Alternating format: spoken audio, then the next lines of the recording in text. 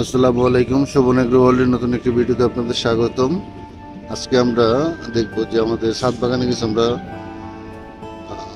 কচুর লতি থেকে কিছু কচুর চারা তৈরি করেছিলাম। এই চারাগুলিতে দেখেন কত ঘাস হয়ে গেছে আমাদের এই জায়গার মধ্যে। তো ঘাসগুলি আমরা একটু উঠিয়ে দিব, এগুলি পরিষ্কার করব। ঘাসের জন্য কচু গাছগুলি ঠিক করে হতে পারতেছে না, কত ঘাস হয়েছে। এগুলি ছাদের মধ্যে ঘাস হয় প্রচুর, এগুলো আপনারা উঠিয়ে দিবেন।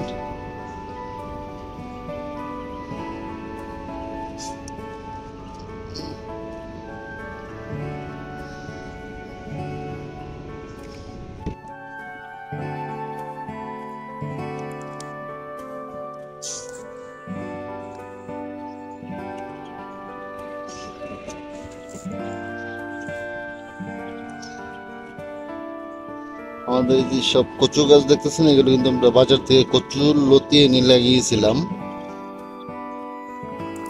কচুর লতি থেকে কিভাবে কচু গাছ করতে হয় এরকম ভিডিও আপনারা আমাদের ইউটিউবে আছে, চ্যানেলে আছে, চাইলে ডেসক্রিপশনে লিঙ্ক দেওয়া থাকবে, আপনারা দেখে নিতে পারেন।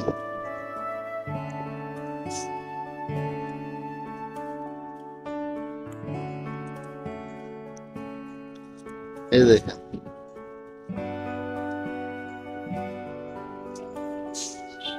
কত ঘাস, কত ঘাস হয়েছে।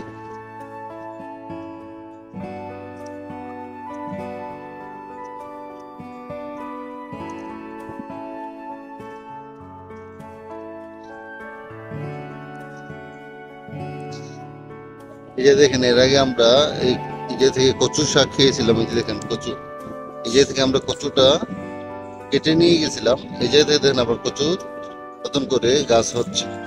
ঠিক আছে, প্রত্যেকটা গাছে আমরা এরকম ভাবে কেটে নিয়ে গেছিলাম গোড়া থেকে। তো আজকে এই জায়গায় দেখা যায় অনেকগুলো গাছ হয়ে গেছে, তো আমরা এই থেকে কিছু গাছ তুলে নিব, তুলে নিয়ে আমরা অন্য এক জায়গায় লাগিয়ে দিব। এই যে আমরা একটা তুলে নিলাম, এই যে একটু ঘন ঘন আছে, এই যে একটা তুলে নিলাম। এই যে দেখেন লতি হয়ে গেছে জায়গায়। হ্যাঁ,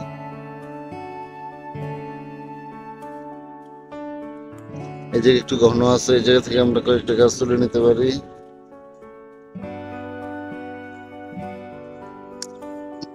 ছিঁড়ে গেলে এটা হবে না।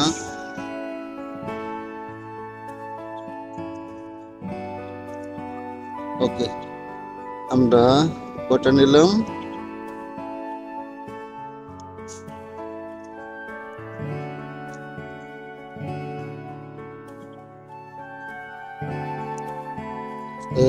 এক দুই তিন চার পাঁচটা নিয়ে নিলাম।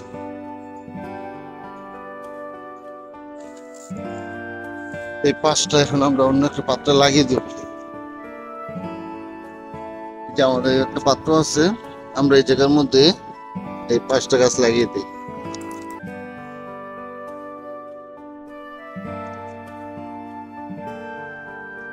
আপনি যদি একবার এই কচুর গাছ যদি ছাদে তৈরি করতে পারেন, তাহলে আপনাকে আর কখনো গাছ তৈরি হয়, এটা একটা থেকে 10টা হয়।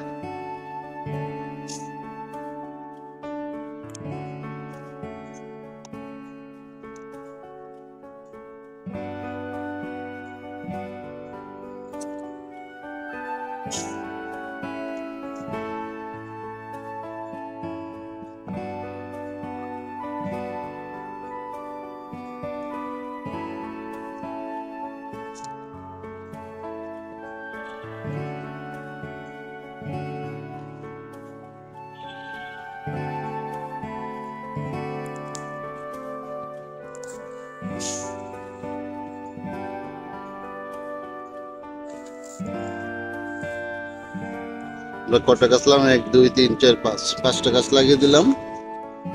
তো এখন একটু পানি দিয়ে দিব।